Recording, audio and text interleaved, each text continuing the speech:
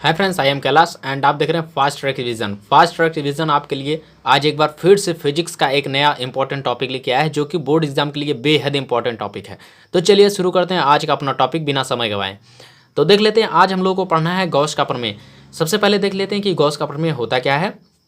Gauss के प्रमेय के अनुसार किसी बंद पृष्ठ से होकर गुजरने वाला वैद्युत फ्लक्स फाई ई, किसी बंद पृष्ठ से होकर गुजरने वाला वैद्युत फ्लक्स फाई ई जो होता है वह उस पृष्ठ द्वारा घिरी कुल आवेश Q का 1/ε0 गुना होता है। क्या होता है गॉस का प्रमेय कि किसी बंद पृष्ठ से होकर गुजरने वाला वैद्युत फ्लक्स फाई ई उस पृष्ठ द्वारा घिरी कुल आवेश Q का 1/ε0 गुना होता है। यानी यहाँ से हो जाएगा phi E is equal to Q/ε0।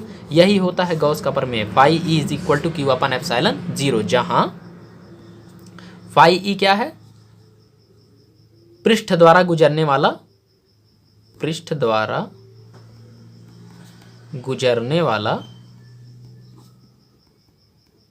वैद्युत फ्लक्स है, and Q is equal to क्या है, कुल नेट आवेश है। और ε0 क्या होता है, हमने पहले ही बता दिया है कि ε0 निर्वात अथवा वायु की वैद्युतशीलता होती है। निर्वात अथवा वायु की वैद्युतशीलता होती है, जिसका मान कितना होता है, जिसका मान होता है 8.85 इंटू 10⁻⁻12 कूलाम स्क्वायर पर न्यूटन मीटर स्क्वायर। कोई दिक्कत है, नहीं होनी चाहिए, ठीक है। चलिए देख लेते हैं आपकी गॉस के प्रमेय की उपपत्ति कहाँ से हुई। तो सबसे पहले हम लोग हेडिंग डालेंगे उपपत्ति यानी प्रूविंग। हम लोग देखेंगे कि गॉस के प्रमेय को कैसे हम लोग प्रूव करते हैं। तो प्रूव करने के लिए सबसे पहले हम लोग एक चित्र पे ध्यान देते हैं। मान लेते हैं एक कोई बंद पृष्ठ क्षेत्रफल है जिसका क्षेत्रफल a है। क्या है, एक कोई बंद पृष्ठ क्षेत्रफल है जिसका क्षेत्रफल हम लोग मान लेते हैं कि a है। माना इस क्षेत्रफल पर एक बिंदु O है जिस पर एक +Q आवेश रखा हुआ है। माना +Q आवेश से r दूरी पर एक बिंदु P है जिस पर वैद्युत क्षेत्र की तीव्रता E है तथा क्षेत्रफल वेक्टर D वेक्टर A है, ठीक है। तब हम लोग निकाल लेते हैं सबसे पहले कि बिंदु P पर वैद्युत फ्लक्स, बिंदु P पर वैद्युत फ्लक्स निकाल लेते हैं। वैद्युत फ्लक्स का फार्मूला होता है D phi is equal to vector E dot D A. ये फार्मूला होता है वैद्युत फ्लक्स का, D phi is equal to vector E dot D A. हम लोग डी क्यों लगाए, डी फाई क्यों निकाल रहे हैं, क्योंकि यह क्षेत्रफल अवयव डी ए यानी बहुत छोटा है, इसलिए हम लोग क्या लगाएंगे, डी फाई ई लगाएंगे। D phi is equal to कितना हो जाएगा, vector E dot D A. परंतु हम लोग जानते हैं कि vector A dot vector B is equal to होता है A B cos theta. Same ऐसे ही यहाँ भी हो जाएगा, D phi is equal to E dot D A equal to E D A cos theta. जब यहाँ से वेक्टर हटाएंगे तो यहाँ पे कॉस थीटा का गुणा हो जाएगा, ठीक है। यहाँ पे थीटा क्या है, जहाँ थीटा देख सकते हैं यहाँ चित्र में, वेक्टर ई और डी वेक्टर ए यानी वैद्युत क्षेत्र और क्षेत्रफल वेक्टर के बीच का कोण होता है। थीटा क्या होता है, वैद्युत क्षेत्र और क्षेत्रफल वेक्टर के बीच का कोण होता है, ठीक है। जहाँ थीटा क्षेत्रफल वेक्टर यानी डी वेक्टर ए तथा वैद्युत क्षेत्र की तीव्रता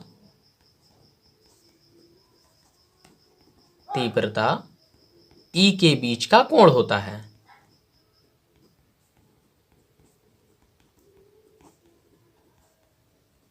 कोण होता है, कोई समस्या है नहीं है, ठीक है। इसके बाद चलिए हम लोग नेक्स्ट पेज पे देख लेते हैं अगला डेरिवेशन अपना। इसको मान लेते हैं इसके पहले समीकरण 1, D phi is equal to E D A cos theta को मान लेते हैं समीकरण 1, ठीक है। इसके बाद देख लेते हैं नेक्स्ट पेज पे क्या करेंगे। हम जानते हैं कि वैद्युत क्षेत्र की तीव्रता यानी बिंदु आवेश के कारण वैद्युत क्षेत्र की तीव्रता का निगमन हम लोग कर चुके हैं। हम लोग जानते हैं कि बिंदु आवेश के कारण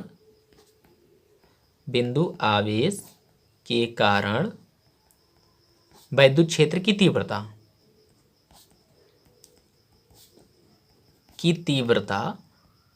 E बराबर कितनी होती है, E बराबर होता है 1/4πε0 Q/r², ठीक है। इसको हम लोग इस वाले E के मान को समीकरण 1 में रख देते हैं। समीकरण 1 में E का मान रखने पर चलिए समीकरण 1 हमारा क्या है, D phi E is equal to है E D A cos theta. इसमें ई का मान रख दीजिए तो हो जाएगा D phi E is equal to, E का मान रखेंगे तो 1/4 pi epsilon 0 Q upon R square into में डी ए कॉस थीटा हो जाएगा। ठीक है, चलिए इसके बाद थोड़ा सा और चेंजिंग हम लोग देख लेते हैं क्या हो जाएगा। यहाँ से लिख लेते हैं 1/4 पाई एप्सिलॉन 0 और यहाँ से क्या कर लेते हैं क्यू लिख लेते हैं इनटू में ये D A cos theta upon R square लिख लेते हैं। क्या लिखते हैं, D A cos theta upon में आर स्क्वायर लिख लेते हैं। और हम लोग जानते हैं D A cos theta upon R square जो होता है, चूँकि हम जानते हैं D A cos theta upon R square जो होता है वो डी ओमेगा यानी घन कोण के बराबर होता है। किसके बराबर होता है, घन कोण के बराबर होता है। तो यहाँ से हो जाएगा D A cos theta upon R square बराबर डी ओमेगा। कोई दिक्कत है नहीं, रख देते हैं मान, तो हो जाएगा D phi E is equal to 1/4 pi epsilon 0 into में क्यू इंटू में D A cos theta upon R square का मान कितना हो जाएगा, डी ओमेगा। ठीक है, इतना हो जाएगा। तो मेरे हिसाब से इसमें कोई दिक्कत नहीं होने वाली है। देखो अब क्या कर देंगे, दोनों पक्षों का समाकलन करने पर, दोनों पक्षों का समाकलन करने पर, चलिए दोनों पक्षों का समाकलन कर लेते हैं। तो यहाँ पे बंद पृष्ठ समाकलन लग जाएगा डी फाई ई, यहाँ पे बंद पृष्ठ समाकलन डी फाई लग जाएगा इज इक्वल टू समाकलन ऑफ बंद पृष्ठ समाकलन of 1/4 pi epsilon 0 Q into में डी ओमेगा। ठीक है, यहाँ से क्यू और 4 पाई एप्सिलॉन 0 बाहर आ जाएगा क्योंकि इसके साथ डी तो है नहीं, ना ही क्यू के साथ डी है, ना ही 4 पाई एप्सिलॉन 0 के साथ डी है, तो ये बाहर आ जाएगा समाकलन से, यानी हो जाएगा बंद पृष्ठ समाकलन D phi E is equal to Q upon 4 pi epsilon 0 बाहर आ जाएगा, बचेगा कितना, बंद पृष्ठ समाकलन डी ओमेगा। और हम लोग कैलकुलेशन ऑलरेडी कर चुके हैं, चूंकि बंद पृष्ठ समाकलन डी ओमेगा बराबर कितना होता है, 4 पाई होता है। कितना होता है, 4 पाई। बंद पृष्ठ समाकलन डी ओमेगा बराबर होता है 4 पाई। तब यहाँ से हो जाएगा बंद पृष्ठ समाकलन D phi E is equal to Q upon 4 pi epsilon 0 into में बंद पृष्ठ समाकलन डी ओमेगा बराबर कितना होता है, 4 पाई। यहाँ से 4 पाई कैंसिल हो जाएगा, बचेगा बंद पृष्ठ समाकलन D phi E is equal to Q upon epsilon 0। यहाँ से जब बंद पृष्ठ समाकलन हटाएंगे तो डी हट जाएगा, बचेगा phi E is equal to Q upon epsilon 0। क्या हो जाएगा, क्यू अपान एप्सिलॉन 0। जब यहाँ से फाई बंद पृष्ठ समाकलन हटाएंगे तो डी भी हट जाएगा, तो यहाँ से आ जाएगा phi E is equal to Q upon epsilon 0। यही तो हमारा गॉस का प्रमेय है।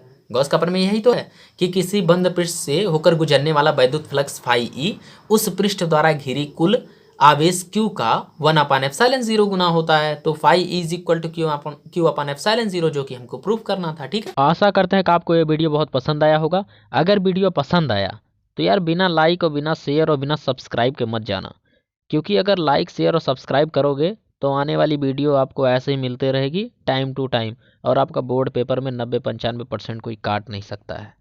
तो चलिए मिलते हैं इसके नेक्स्ट वीडियो में, तब तक के लिए जय हिंद जय भारत।